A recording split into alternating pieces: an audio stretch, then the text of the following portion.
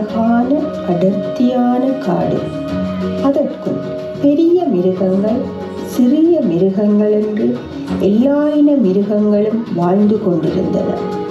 அன்றொரு நாள் அதிகாலை பொழுது.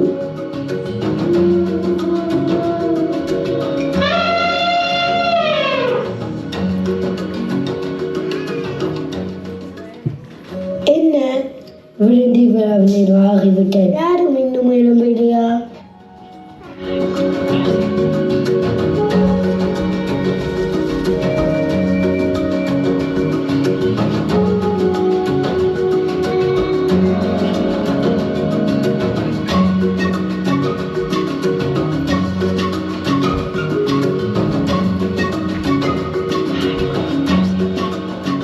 யானையர் உமது குரலை கேட்ட பின் எப்படித்தான் தூங்க முடியும்?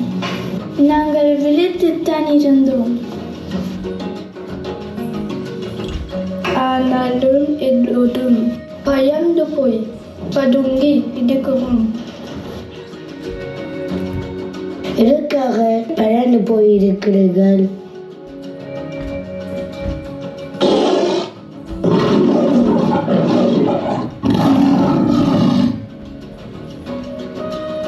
ஏய் அற்ப மிருகங்களே, என் கர்ச்சிப்பை கேட்டதும் பதுங்கி விட்டீர்களா?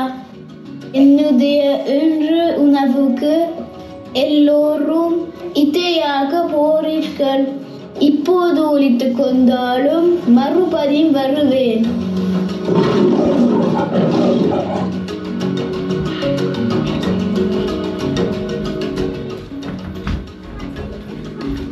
எவ்வளவு நாளுக்கு பயந்து பயந்து வாழ்வது?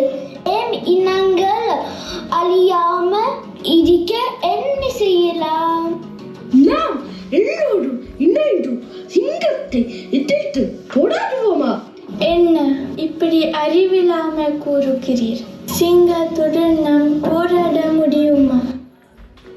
என்ன போராட முடியாதா? பெரியாக்கள் கறிக்கு போடு, நீ எடையில கறிக்க கூடாது. பேசாம இது யானை மாமா, இங்கத்தான் பெரியாமல் ஒரு யோசனை சொல்லுங்களே. ஐயோ, சிங்கத்தின் குரலை கேட்டாலே எனக்கு பயம் வருகிறது. நான் ஒரு யோசனை சொல்கிறேன். என்ன யோசனை? சொல்லும் பார்க்கலாம். கிட்ட வாருங்கள். நரி தன் யோசனையை கூறியது. நரி கூறிய யோசனை எல்லா மிருகங்களுக்கும் சரியாகப்பட்டது.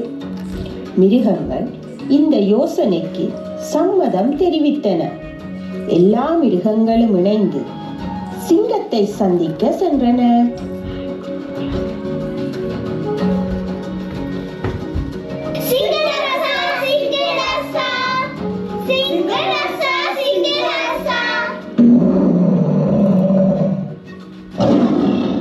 ஏய் அற்ப மிருகங்களே, ஏனென் தூக்கத்தை கெடுக்கிறீர்கள்? வெளியே வந்தால் உங்களை பீறி விடுவேன்.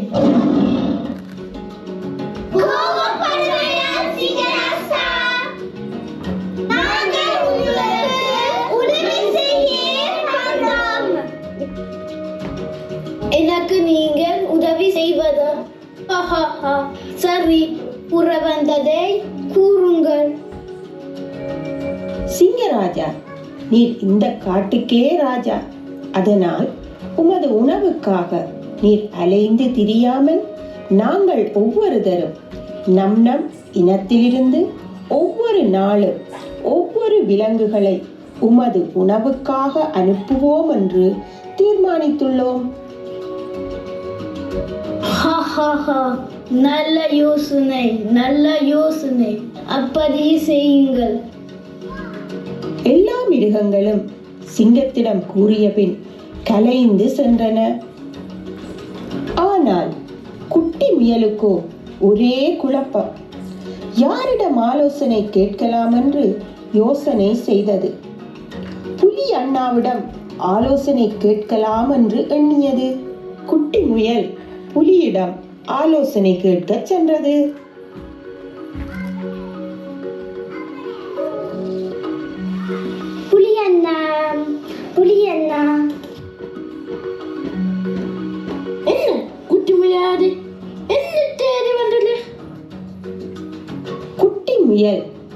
தங்கள் சூழ்நிலையை புலியிடம் கூறியது. உதவியும் கேட்டது. எந்த பலத்திற்குள்ளும் ஒரு பலவீனம் இருக்கும். சிங்கத்திற்கு தான் காட்டின் ராஜா, தன்னை விட யாரும் பெரியவராக இருக்கக்கூடாது என்ற ஆணவம் என்னும் பலவீனம் இருக்கிறது என்று சொல்லி சிங்கத்தை வீழ்த்த முயலிடம் ஆலோசனை சொல்லி அனுப்பினது புலி. அந்த ஆலோசனையை நிறைவேற்ற குட்டி முயலும் காத்து கொண்டிருந்தது. மிருகங்கள் சிங்கத்திடம் தாங்கள் கூறியபடி ஒவ்வொரு நாளும் தம் இனங்களிலிருந்து ஒவ்வொருதராக அனுப்பி சிங்கத்திற்கு இரையாகிக் கொண்டிருந்தன. குட்டி முயலின் நாள் வந்தது. குட்டி முயல் தாமதமாக சிங்கத்திடம் சென்றது. சிங்கத்திற்கு கோபம் வந்துவிட்டது. என்ன குட்டி முயலாரே, இவ்வளவு தாமதமாக வருகிறீர்? எனக்கு பசி எடுத்து விட்டது. மன்னிக்க வேண்டும் சிங்கராஜா, நான் வரும் வழியில் ஒரு பெரிய சிங்கம் என்னை மறைத்து விட்டது. அதுக்கு தப்பி வர நேரம் ஆகிவிட்டது. என்ன பெரிய சிங்கமா? என்னை விட பெரிய சிங்கமா? நான் தான் இந்த காட்டின் ராஜா. என்னை விட பெரியவன் இருக்க முடியாது. நான் பார்த்தேன் சிங்கராஜா, வாரம் கூட்டி கொண்டு போய் காத்துறேன். சிங்கம் நம்பி முயலுடன் சென்றது. முயல் ஒரு கிணற்றருகே கூட்டிச் சென்று கிணற்றுக்குள் காட்டியது. சிங்கம் எட்டி பார்த்தது. தன்னை போல் இன்னும் ஒன்று தெரிவதை பார்த்ததும் கோபம் வந்துவிட்டது. அறிவற்ற சிங்கம் தண்ணீரில் தெரிவது தான் என்பதை அறியாது தன்னை விட பெரியவன் இருக்கக்கூடாது என்று அகந்தை கொண்டு அந்த சிங்கத்தை கொலை செய்யும்படி கிணற்றுக்குள் பாய்ந்தது. பாய்ந்த சிங்கம் இறந்து விட்டது. குட்டி முயலாருக்கு ஒரே சந்தோஷம். ஓடி சென்று எல்லா மிருகங்களையும் அழைத்தது. வாருங்க வாருங்க, எல்லாரும் வாருங்கள். குட்டி முயல் நடந்த எல்லாவற்றையும் மிருகங்களுக்கு சொன்னது. மிருகங்கள் சந்தோஷத்தில் தங்கள் குரல்களை உயர்த்தி ஆடி பாடி சந்தோஷமாக வாழத் தொடங்கின.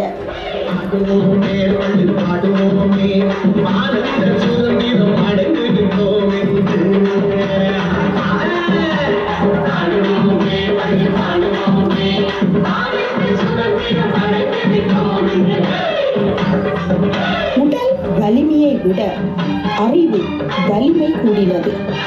எல்லாவற்றையும் இறைவன் துணையுடன் அறிவாலே வெல்வோம். நன்றி.